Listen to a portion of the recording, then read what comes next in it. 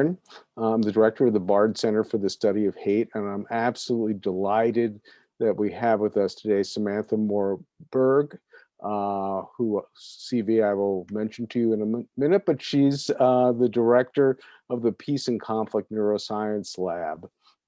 And I'm fascinated with her work. A colleague of mine at Bard, who runs the Human Rights Department, introduced me to her work. And I found it not only fascinating, but very relevant to the things that the Bard Center is thinking about. How do we understand hate and its practical implication in the world and what you can do to reduce it? So Samantha, I really appreciate your sharing your time and expertise with us today. What we're going to do is Samantha's going to talk for about half an hour or so. She is going to share her screen, so she has some slides to help you understand, her analysis, and it'll be a very good half an hour or so, and then we're going to have questions and answers. And I invite people to populate the Q&A box as we're going along, if that moves you to do so. And then I'll remind you again after Samantha speaks, and then I will moderate the questions, and we'll finish in exactly an hour. So let me introduce Samantha. Samantha Moore-Berg is the director of the Peace and Conflict Neuroscience Lab at the University of Pennsylvania. Her research bridges the areas of social and cognitive psychology, communications, and political science to study the links between behavior and social cognitive processes that evolve in an intergroup context. Her main research interests include: one, isolating social cognitive functions that contribute to or predict intergroup conflict, and two, designing and implementing interventions that directly combat intergroup conflict. She conducts her research in many contexts around the globe, and she often works with outreach organizations in order to tailor her research to the needs of communities that can most benefit from it, which I think is a very important point. Academics sometimes are in the real world, and to focus on the real world is really something that is incredibly important. Samantha received her PhD in social psychology at Temple University in 2018, and her BA in psychology and sociology at Florida State University in 2013. Anyway, Samantha, I'm delighted to have you with us, and the floor is yours. Thank you. I'm very excited to be here today. So I shall just share my screen.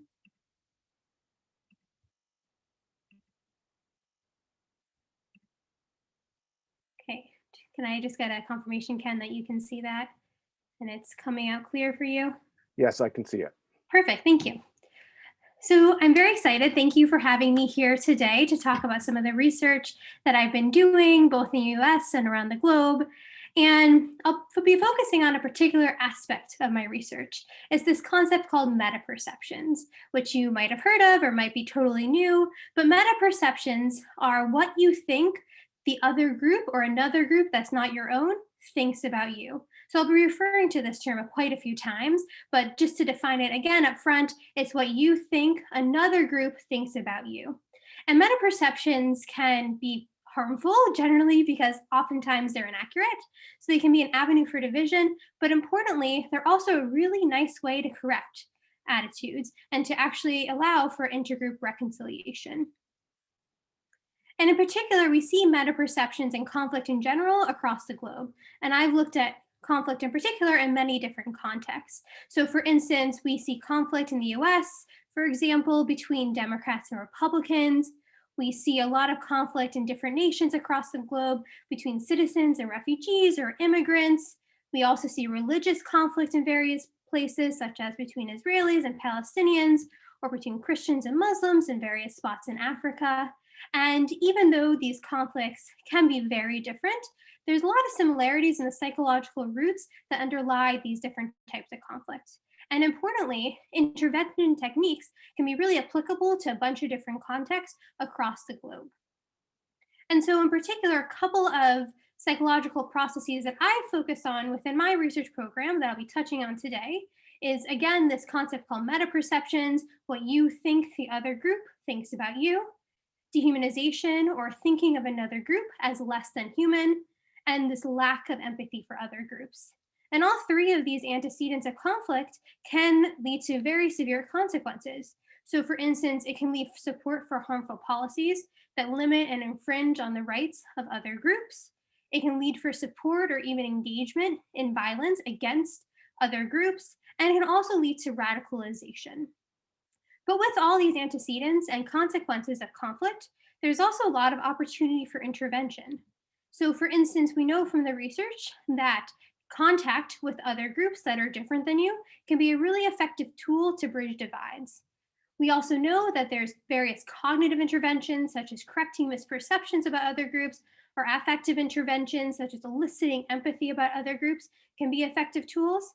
And then also media interventions can be a really powerful way to indirectly allow for amelioration of conflict between different groups. So today in my talk, I'll be focusing on one specific avenue from each of these areas. The first one being metaperceptions and how metaperceptions can lead to support of harmful policies, and how contact can be used to correct and reduce harmful negative metaperceptions. So as I mentioned previously in the beginning of the talk, metaperceptions are perceptions of what the outgroup members think about your in-group. Your outgroup being a group that you do not belong to, your in-group being a group that you do belong to. What's interesting about metaperceptions is these are assumptions about other groups, and they can oftentimes be false. Sometimes they might be accurate, but more often than not, when it's a group that we're not a part of, we might not really know or understand what the other group is thinking or how the other group views us. And in instances when we're trying to make assumptions or think about how another group perceives us, if we have underlying prejudices towards another group or we might dehumanize another group, then this might exacerbate our metaperceptions about the other group. And this exacerbation can lead to support for really harmful policies.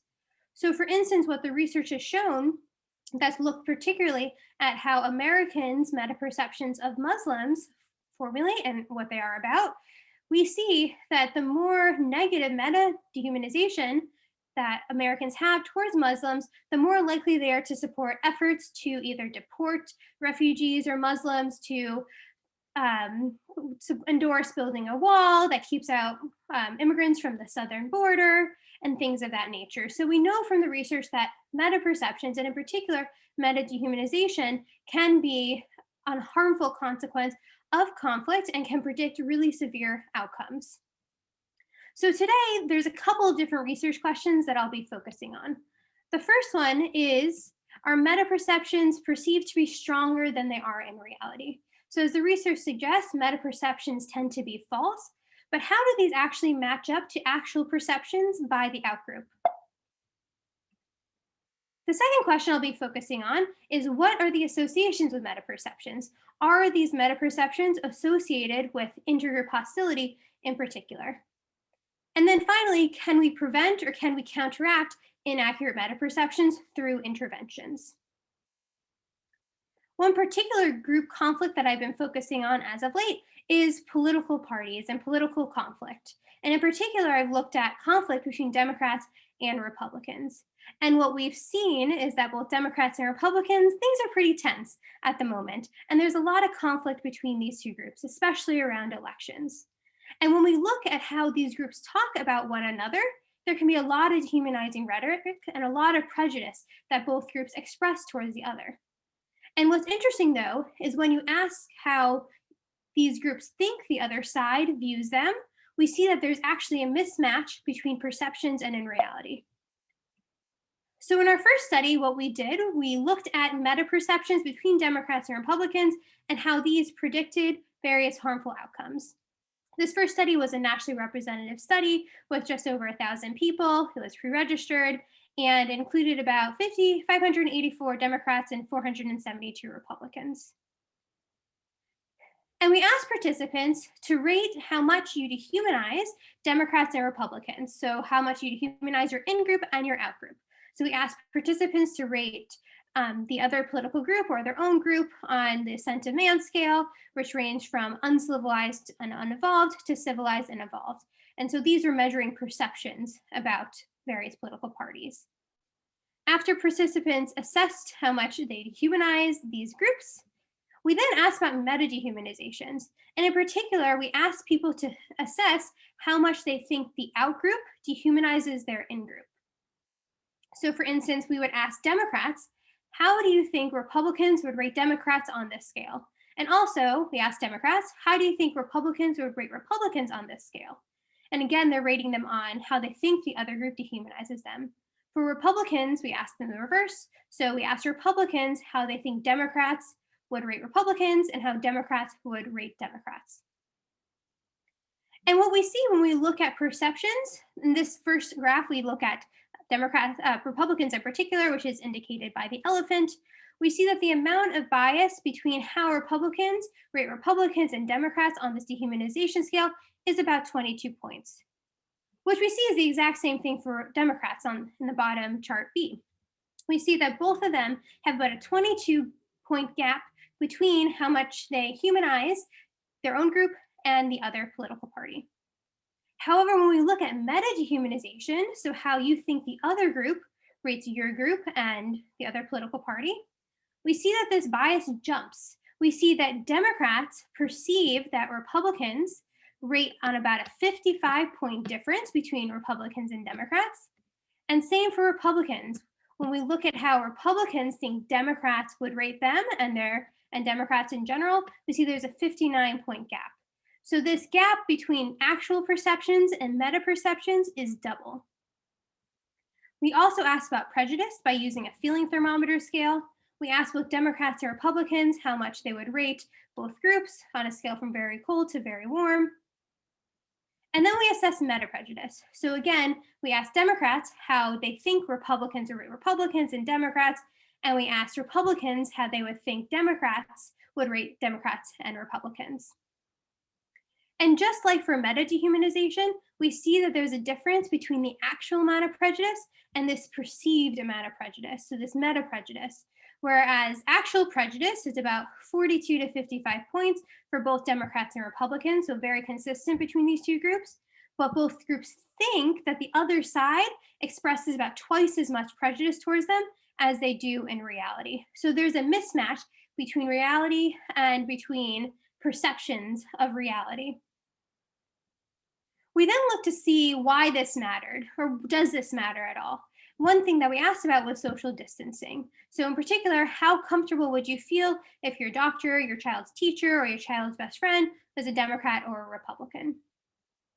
And we also asked several questions about this category we call outgroup spite, which is really how you be willing to sacrifice democracy in order to harm the political outgroup. So we would ask participants, for instance, I think Republicans or Democrats should do everything in their power within the law to make it as difficult as possible for Democrats or Republicans to take part in governing the country. So we'd ask about the outgroup in these situations. And likewise, Republicans or Democrats should redraw districts and maximize their potential win for more seats in the federal election, even if it may be technically illegal. So in both these situations, how much are participants willing to endorse various policies that benefit their own party, but at the expense of the country? And we see that both meta-prejudice and meta-dehumanization predict both these outcomes. So meta-dehumanization predicts social distancing a little bit more strongly than meta-prejudice does. And importantly, both of these effects work through perceptions of prejudice and dehumanization. Likewise, for outgroup spite, we see that meta-prejudice and meta-dehumanization predicts the outcome of outgroup spite, and again, through prejudice and dehumanization.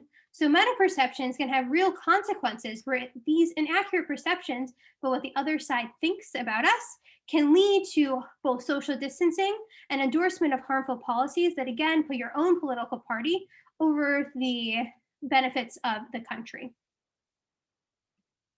We are then curious to see about the long-term effects of meta-perceptions.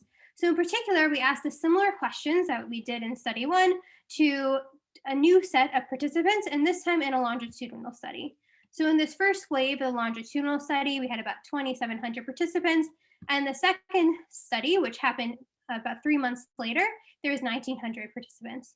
And what's interesting about this study is that it happened around the midterm elections in 2018. So we had November 2018 assessment at wave 1, then 3 months later in January, we had the wave 2 assessment. And again, we asked the exact same questions that we did in wave 1, study 1, excuse me. And what we see here is that meta-prejudice and meta-dehumanization at wave 1 predict social distancing at wave 2. So we see that meta-perceptions predict the outcomes over time. And likewise for outgroup spite, we see that meta-prejudice and meta-dehumanization at time 1 predict outgroup spite at wave 2. And this again happens through prejudice and dehumanization at wave 1 in particular.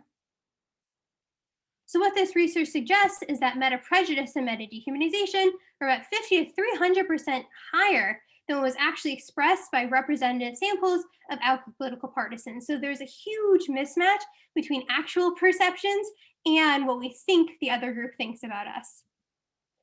And these meta-perceptions are associated with desire for social distance from partisan outgroups, as well as support for spiteful partisan behaviors that promote the in-group party, but at the expense of the country. So knowing that meta-perceptions can have harmful consequences and can lead to harmful interactions, what can we do about it to prevent or to counteract these meta-perceptions? One thing that the research has pointed to is that contact can be a really effective tool at improving intergroup relationships. We've seen in a bunch of different research that contact quality in particular, not necessarily quantity, even though that's important too, but contact quality can be a really positive impact, especially when you have positive quality, on reducing dehumanization towards outgroups. And so we were curious whether or not similar contact interactions can have a similar effect that we see on perceptions on meta-perceptions. So what we did was we conducted a study across a bunch of different countries across the globe. So in particular, we looked at the United States, Greece, Spain, Hungary, and Israel. And we looked at within each context, we looked at different groups. So in some contexts, we looked at citizens versus immigrants. We looked at religious groups, but these varied in terms of which particular groups in conflict we looked at.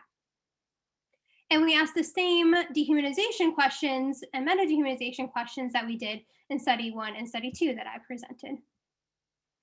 But we also assessed contact quality. So we asked people to imagine and to think about the contact that they had with the target group that we assessed and to rate how they found that contact to be.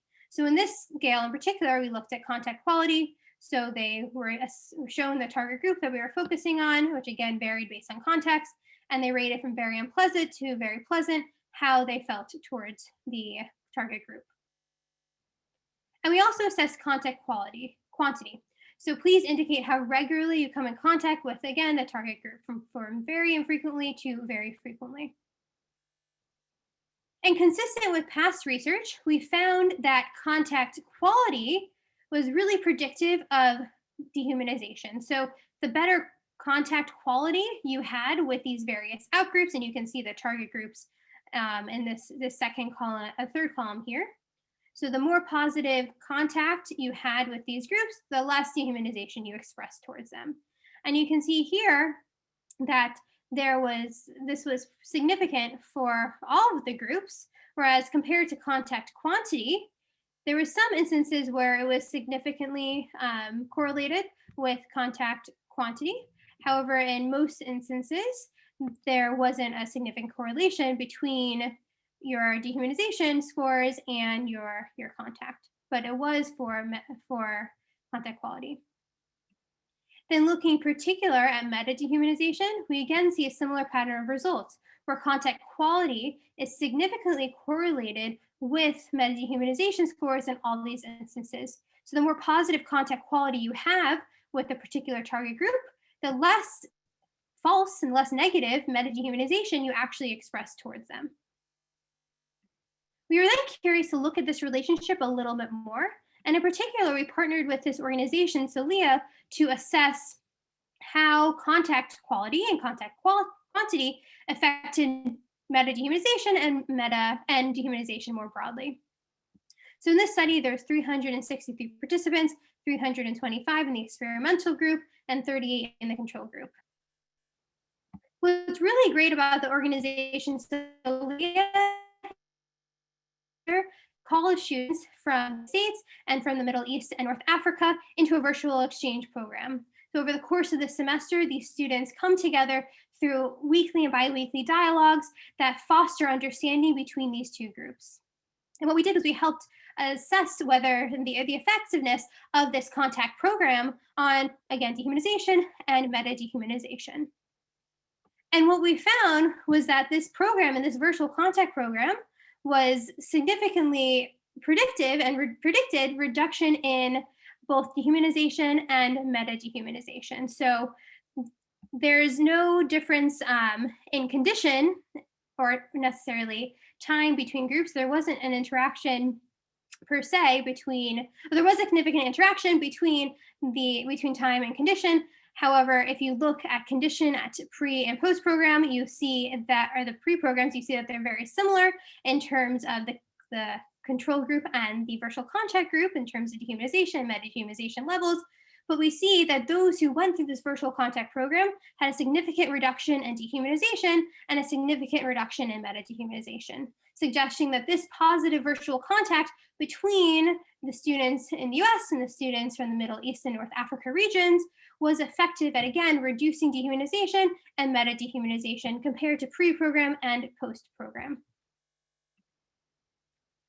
So what this research shows is that contact quality significantly reduces dehumanization of the outgroup and meta dehumanization of the outgroup. So knowing what we know about meta perceptions and how to intervene in meta perceptions, where do we go from here? So there's a lot of great work that's being done by both researchers and nonprofits that try to target and combat meta perceptions in particular. So for instance, focusing on targeted interventions that really combat intergroup conflict, especially if they're elicited by negative and inaccurate meta perceptions, can be a powerful tool. So for instance, having people learn about meta perceptions and learn that what they think about the other side might not be necessarily accurate is really effective at actually reducing meta perception. So just simply learning about the other side. Again, engaging in virtual contact programs or in-person contact programs with other groups can also be an effective way to reduce meta perceptions about the other side. And Beyond Conflict and One America Movement are two organizations that are doing just this. They're bringing together partisans or bringing together groups that are in conflict to engage in effective dialogue programs to actually reduce some of these meta perceptions and these negative meta perceptions in particular that people might hold. Another thing that we can do is engage policymakers. One question that we're looking at now within our research is, where do these meta perceptions come from? One hunch that we do have is that it's oftentimes these extreme voices that we hear that might drive our meta perception formation. So we might be listening to politicians who might be very polarized, or we might be listening to the news that has very polarizing attitudes and ideas. And if these are the only voices that we're hearing, then that could influence our perceptions of the other side. And these perceptions might not reflect the majority of the entire group. So really engaging in policymakers to focus on bipartisanship or just collaboration or courageous collaborations between both sides can be an effective way to perhaps reduce some of the meta perceptions that we see that drive conflict between groups. And then finally, the media can be a really powerful tool for both exacerbating but also decreasing meta perceptions.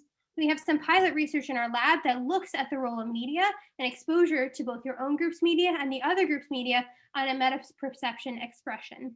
And what we see is that exposure to political news of the other party is actually an effective tool to reduce our meta perceptions.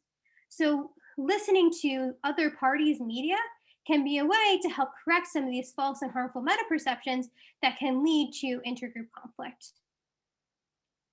And so with that, I'm happy to open up for questions. I'd just like to acknowledge a couple of my collaborators who've helped me with all this research along the way: Emil Bruneau, Boaz Hameri, and Leora Corey-Karlinski, and Nor Catelli.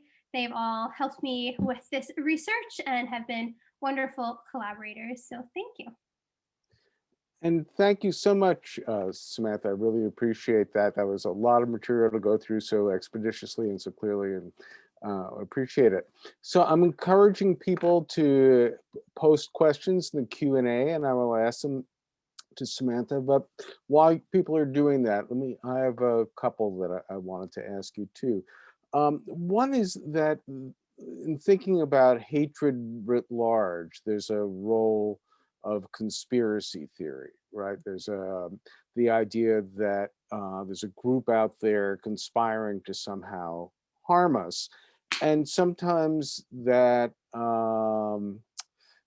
is not necessarily a group that's as neatly opposed to one another as Republicans and Democrats. I mean, if you think about anti-Semitism, it appears, for example, in Japan, where there are very few Jews. It's a way of thinking that explains the world. And if you look at, for example, the militia movement in the 90s in the United States, that was very much of a vilifying federal officials as they are the enemy. This is our fight, leading to things like the Oklahoma City bombing. There wasn't like okay, let's all get together and have militia guys sit down and have a cup of coffee, with Forest Service rangers or people that were FBI agents and so forth. So I'm wondering, as you did your research on dehumanization, were there aspects of thinking about how conspiracy theories played into this, even when there weren't groups around to bring together? One interesting thing about the time that we live in today is that a lot of the information that we received is actually not by direct contact with other groups. We tend to live in our own echo chambers where we might be distanced from other groups, as you mentioned, a couple of examples within Japan or even within the US. Democrats and Republicans might not have that much exposure to the other political party. And so, one way that we gain our knowledge about the other groups is through the media. So, it can be news media, it can be social media, and exposure to these is oftentimes we seek out information that confirms our existing beliefs and our existing ideology. And so, if we're constantly exposed to people who think like us and who are like us, and the only exposure that we do have to people who might be a little bit different is through social media or through media, and that media is tailored to what we actually believe already with the algorithms that exist, then we're only going to be fostering and fueling our own perceptions and our own ideas that we have predetermined. And so it's really hard to break out of these echo chambers about the other side. And that could be how maybe conspiracy theories about the other side could formulate. Because again, we live in these echo chambers where we're only exposed to people who are like us and who think like us. The exposure that we do have to the other side or to different people is through the media, and that media is often tailored and filtered to us and supports what we already believe. And so it's really hard to break out of our echo chambers. But what our research does show is that when we can break out and when we're open to learning about other people and the other side, then that can be a really effective tool to actually reducing some of these biases that we might have against them. So, having targeted media interventions can be an effective way to actually reduce some of the hate that we might experience towards the other side simply by correcting misinformation about them. So, this can be a combination of cognitive interventions where we're changing perceptions by showing statistically accurate information, or we can have an empathy induction intervention that can bring out some emotional qualities both in the target group and also in the people who might be experiencing or expressing the prejudice towards the other side. And so the good thing is that there is ways to intervene, but it can be hard if all we're exposed to is information that confirms our existing biases and our existing beliefs. Thank you. Let me follow up with another question. Then I see people are starting to put in questions, and I'll ask those too. So a couple of things. One is, I remember a report on people's perceptions of media bias around the 1982 Lebanon war, with Israel supporters and people that supported the Lebanese in that case and the Palestinians. And the upshot was that they were both looking at the same reporting of the New York Times, but each thought it was biased against the other.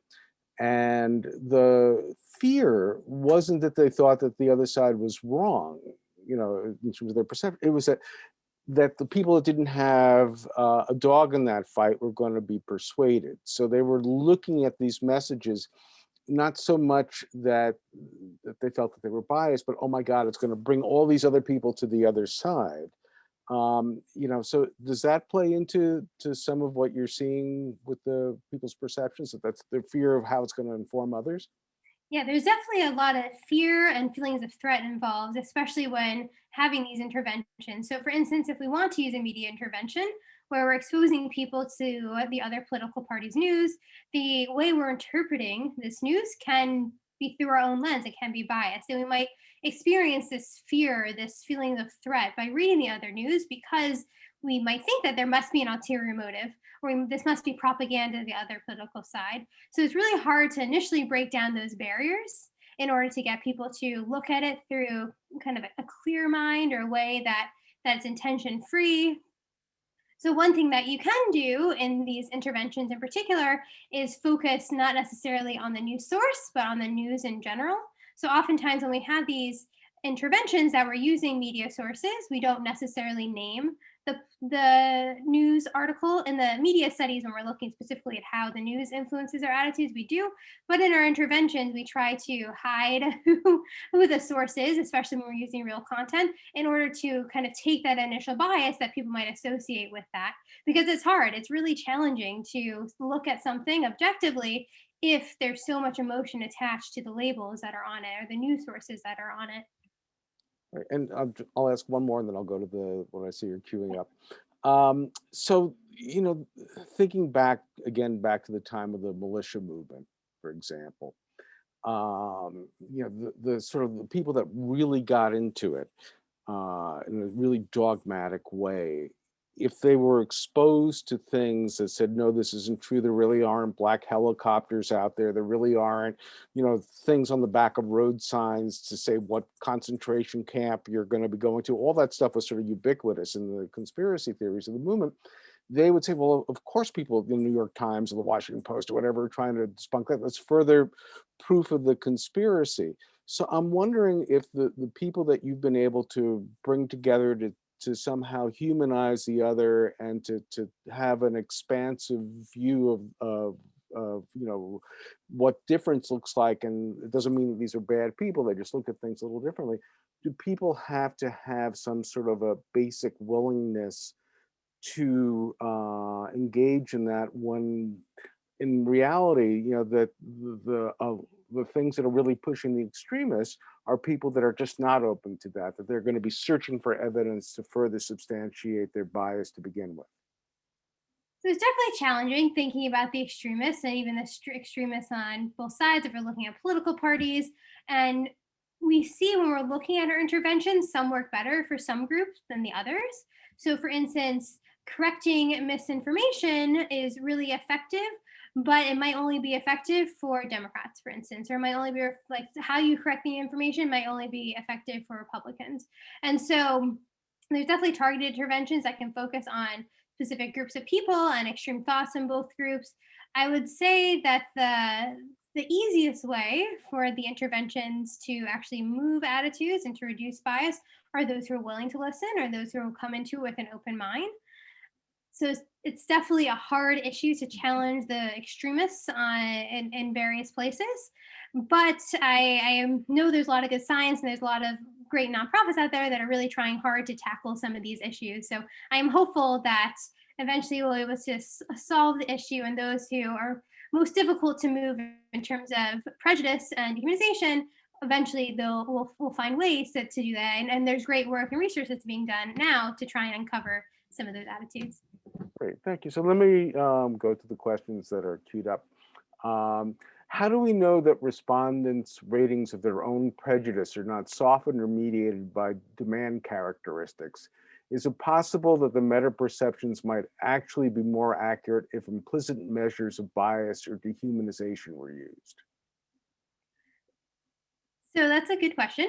So we haven't looked at implicit measures in this context just yet. We've strictly looked at explicit attitudes. And typically we ask about actual dehumanization and actual prejudice, for instance, first, in order to try and avoid some of these demand characteristics. Because the concern is if they're rating these meta perceptions about the other side, and they're rating how much they think the other side dehumanizes them, then they might actually dehumanize the other group. And we see that in the research, that there is a reactive dehumanization shift that can occur, where the more you think the other side dehumanizes you, the more likely you are to dehumanize that group. The more likely you are to feel dehumanized, the more likely you're to meta dehumanize them. So it can lead to this vicious cycle of meta dehumanization, etc. And so we try to avoid demand characteristics by focusing first on perceptions, and then having people look at meta perceptions, because we know that meta perceptions can lead to harsher perceptions. But that's definitely looking at implicit attitudes, and looking at implicit dehumanization, for instance, can be a really interesting way to, again, try really nab these demand characteristics that could be there. Great. Okay. And the next question is someone's interested in the role of the media. How do we encourage people to listen to other media? Don't they often just say that's not real news? So that's, sorry, my phone is ringing. It's all right. Apologies about that. It's the benefit of having your phone connected to your computer. The question was media and And how do we encourage people to listen to other media? They often just say it's not the real news. so that's one thing that we're really interested in. So the question we have, so we know that there's a correlation between exposure to the other political party's news and to reduction in meta dehumanization and meta prejudice. But we're curious and we're not quite sure which one's the egg and which one's the chicken. So is it people who have lower meta perceptions in general are more willing to engage and listen to the other side's political news? Or do people, when they are asked to watch the other political party's news, then have a reduction in meta perception? So we're still trying to tease apart which one leads to which, because right now all we know is that there's correlational research suggesting that people who watch other people's news can have reduction in meta perception and less false meta perception. So we're still trying to tease that out. But as I was mentioning previously, again, we are skeptical of the other political side's news, and we might not be willing to listen to it or even seek that out in the first place, just because we are unsure and we don't trust the other side and we don't trust other parties. So that's hopefully something that'll come from the future research. But I like to think that when given the opportunity to, and by trying to really combat these meta perceptions up front, then it might lead to greater willingness and openness to actually listen and engage the other side, which then can lead them to want to watch the other political news media. Let me mind that a little bit further. So that was a great question, great answer. I think when you and I talked, I had mentioned, I think I had mentioned on another webinar, I mean, years ago, I had this realization that I wasn't watching Fox News. I was getting my news from MSNBC and CNN and so forth. So I started doing that and was getting pushback from friends. How could you do that? Well, my answer was, how could I not? Now I'm doing Newsmax and, the other stations. So, for me, it's not that I'm going to agree with them. It's just I figured, millions of people are watching, supporting, seeing the world that way. How can I not see it? So I suspect there are a lot of people like me who get exposed to this, and it doesn't necessarily change my politics, but it informs me more as a human being, and that not everybody who sees the world differently is evil, which I sort of knew beforehand anyway. But you sent me some research when we started talking about this, if I recall correctly, that seemed to suggest that for some people that were given an incentive to be exposed to social media feeds from the opposite side, that rather than ameliorate their view of the other side, it was hardening them in a way. They were just seeing that as further evidence to substantiate what they were seeing before. So, the question, I guess, comes down to very similar to what I, asked you before. Does there have to be, a certain type of person for whom this type of contact works, and for other people it could actually have a backlash and backfire? And how do we distinguish between the two in our strategies? Yeah, so there's definitely individual characteristics that vary between groups. For instance, looking at meta perceptions, we know that people on the political extremes tend to have stronger meta perceptions, and that could lead to less willingness to engage in some of the intervention techniques. And so this is definitely something that we're looking at within our lab, is how do various individual characteristics affect how people interpret different information. And so some of the things that we've looked at so far, we've looked at geographic region, it's not consistently predictive. We looked at gender and race. So some of these more demographic characteristics that we typically look at when conducting research, and we see that none of those necessarily are predictive of who's perceptive. So there could be other things such as feelings maybe of victimhood or social dominance orientation or just world beliefs that could influence how people are interpreting these interventions that we're giving them and how people express their meta perception. So the information is hopefully soon to come from our lab, but it's a really great point that there's definitely individual characteristics that could lead and can predict willingness to engage in interventions, and how these psychological antecedents of conflict are expressed. Okay, thank you. So the next question is, I wonder about the use of the term hatred. Surely it's emotionally different than how one hates a personal acquaintance who has caused personal pain. Who are said to hate another group, African Americans, Jews, for example, have an antipathy, but they might not even know the members of that group. So hatred is an interesting thing. There's, as you mentioned, the person who asked this question, there's different types of hatred. So you could feel hatred from direct experience, or you could feel this hatred because of what you think this other group is, or how you perceive the other group, or maybe how you feel wronged, or your group feels wronged by the other group. And one thing we're looking at the lab is this role of competitive victimhood.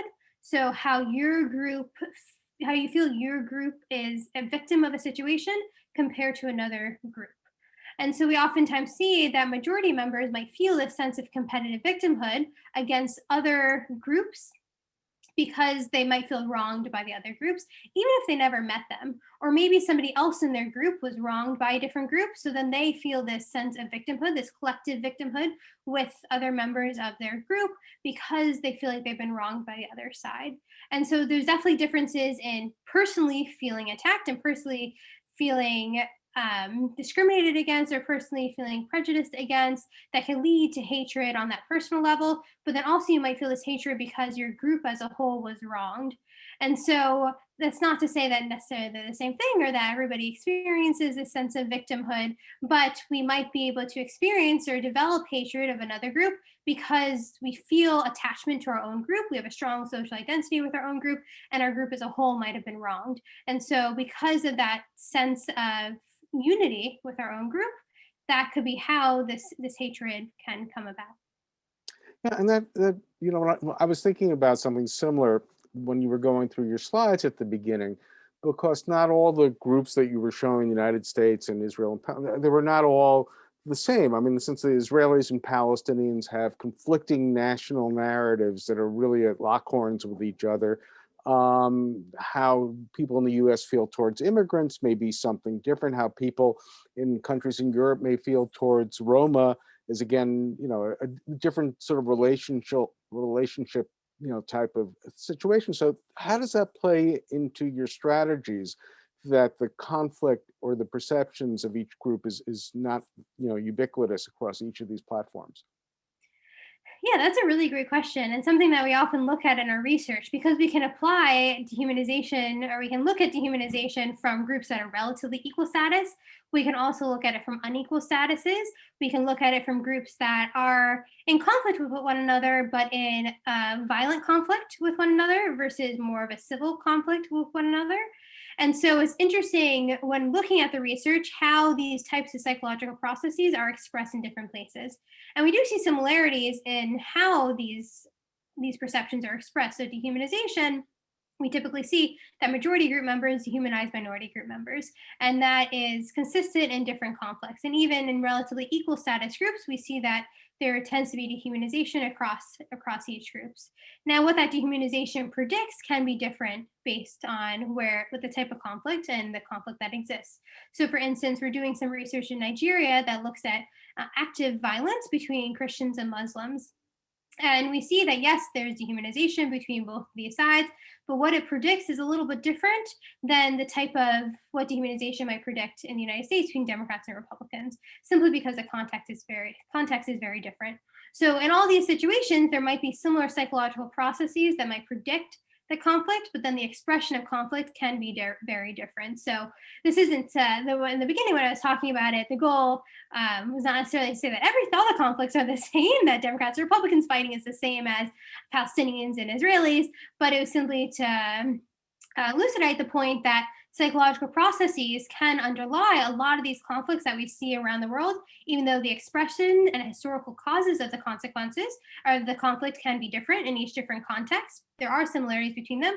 And some of the intervention techniques and tools that we use in the different contexts, because they're targeting similar psychological processes, can actually be effective in these different contexts, even though how the expression and what it looks like is a little bit different. Thank you. So the next question is somebody who apologized for being a little late because their class was running over a little bit. Wanted to know, how does your work and research around polarization relate to other groups like race, gender, sexuality, etc.? Sorry if it's something you already covered, because it sounds like it's applicable to many target groups who lack exposure. So it's interesting. So you can look at meta perceptions both in the US context, for instance, between political groups. We've looked at it with it between religious groups, so between Christians and Muslims in the United States in particular, or between non-Muslims and Muslims. And we typically see that majority members hold inaccurate meta perceptions about the minority group members. We tend to see that the minority group members hold a little bit more accurate perceptions of the majority group members, oftentimes because it's the majority group members who might be dehumanizing the minority groups. Between equal status groups, we see, like Democrats and Republicans, we see that there's similar levels of meta perceptions between these two groups. And what's interesting, looking at it kind of on a broader scope outside the United States, when we look at it, meta perceptions between active conflict regions. So, for instance, in Nigeria, when we look at meta perceptions between Muslims and Christians, the meta perceptions are pretty accurate. It's actually, they're pretty accurate in the reflection of how they think the other side views them. So this one thing that we're looking at in the lab is how different power differentials and how different types of conflicts can actually lead to different expression. So we know in the US, among, again, similarly equal status groups between Democrats and Republicans, that the meta perceptions are pretty similar. We know that there's an imbalance between majority religious groups and minority religious groups in the United States in terms of meta perception expression. And then we know there's similarities in terms of accuracy in places of active violent conflict. And so it's a really good question, something that we're continuing to look at, but that's just a little snippet into how some of these demographics might shift in terms of meta perceptions. Thank you. The next question is, how much of the current Title IX program uses no, let me phrase it a little bit. Much of the current Title IX program uses separation between grievance and respondents, other than during hearings or other adversarial meetings where the quality of the interaction is likely to be negative. What might be done to reduce the autistic hostility a la Robbers Cave that results as a consequence of such policies of enforced separation? That is quite the question. Okay, Yes. let's And explain what Robbers Cave is, because you and I know, but some people might not.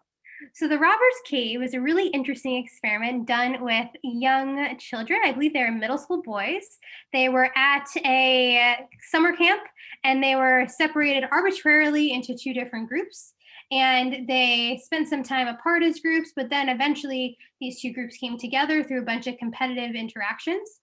And after 2 or 3 days, the experimenters had to completely shut down the experiment because the groups became really violent towards each other and developed this really strong social identity with their own group. And because they were involved in competition between the two groups, led to a lot of violent and difficult interactions between these middle school boys. And so they had to shut it down and develop a lot of cooperation activities between these two groups in order to mend these two groups. And what's interesting about the Robbers Cave experiment is that, again, these groups were completely arbitrary. There weren't any differences. They were just randomly assigned which cabin they were going to be in, but being in the different cabin itself led to a strong social identity with their own group, and being engaged in competitive interactions led to conflict between these two groups of young boys.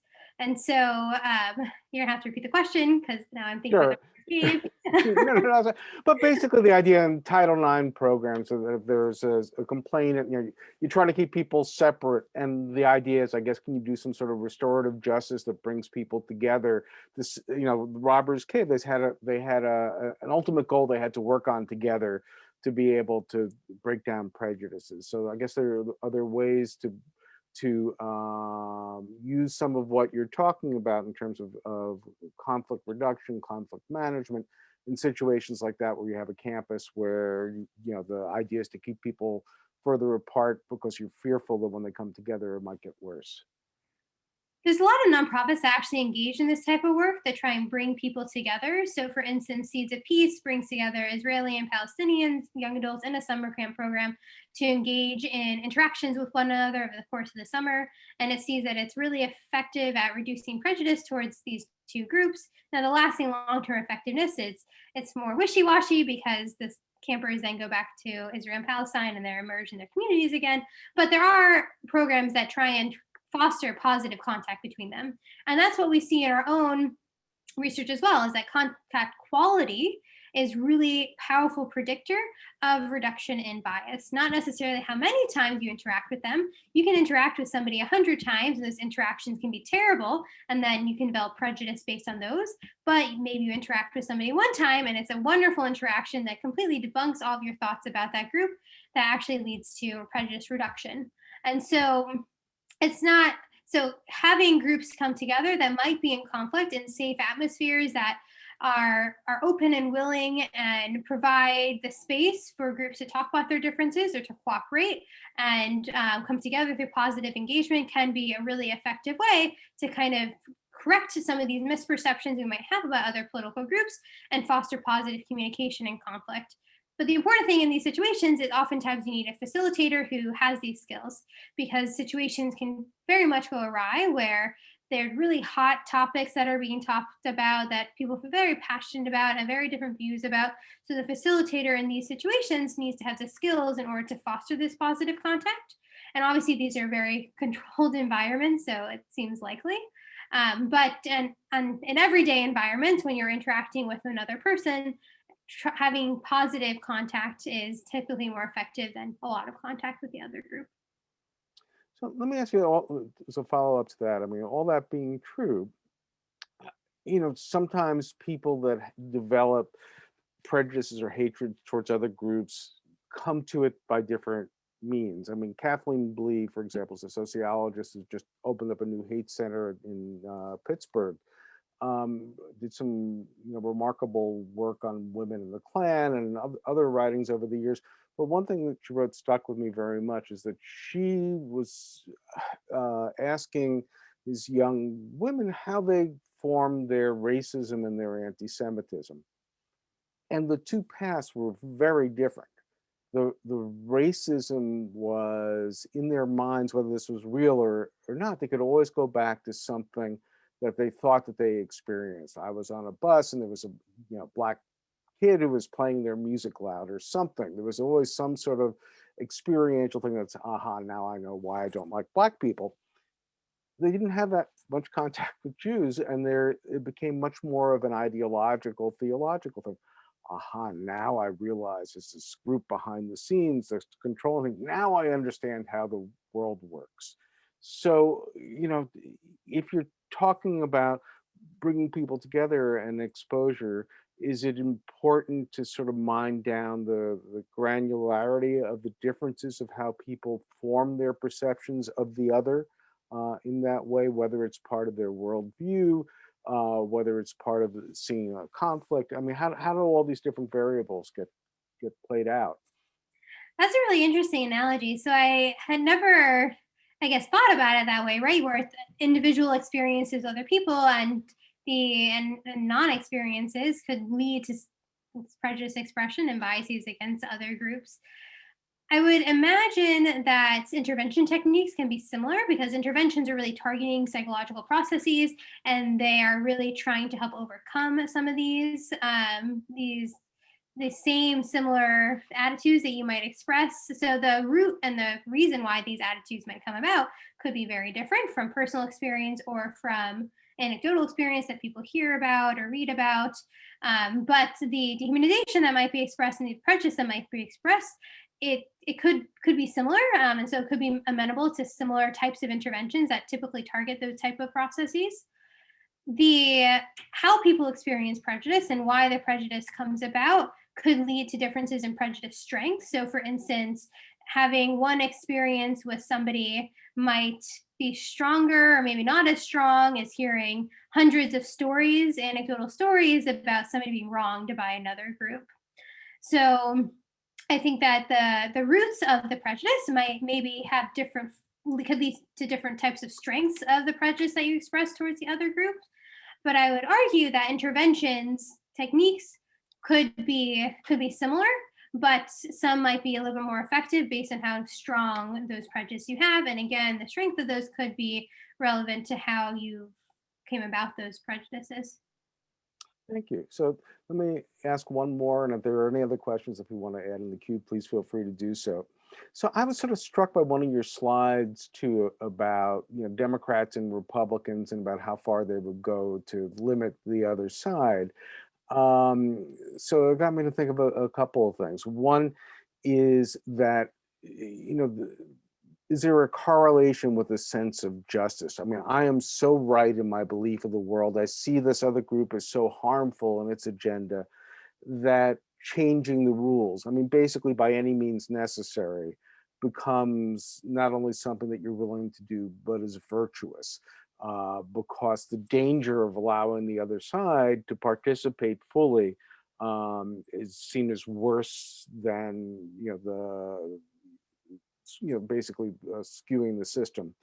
And if in fact that's a case, rather than seeing, just pulling people together to sort of humanize and to have empathy for people that may have a fundamentally different political point of view, is there a value in saying, well, you can have differences that are strong like this, but let's all coalesce around the importance of democracy, so that even if we believe that there's a threat from this group that has another agenda that we see that will take away our rights or whatever, these are the guardrails of our system. And we're fearful, if we don't protect the system and the guardrails, that when the other team is in power, they're going to come after us. So there's a question of self-perception too. So I guess what I'm asking is, in addition to just sort of humanizing, are there ways to build up the importance of the infrastructure and the ground rules for society to live by, whether you want to call it civics or democracy education or something else? This is actually one thing that we're looking at now in the lab is perceptions of norms that underlie democracy. And what we've seen and what other research has shown as well is that both, if we're looking at political parties in particular, there's a lot of agreement in what the norms should be of democracy. So in terms of election fairness, and in terms of some types of rights that groups ought to have, there's a lot of similarities in what people think builds America in particular. And so what's the mismatch comes is that oftentimes people think that the other group does not support these types of norms and these norms that underlie democracy. And this perception can lead then to supportive policies that then limit the rights of the other group.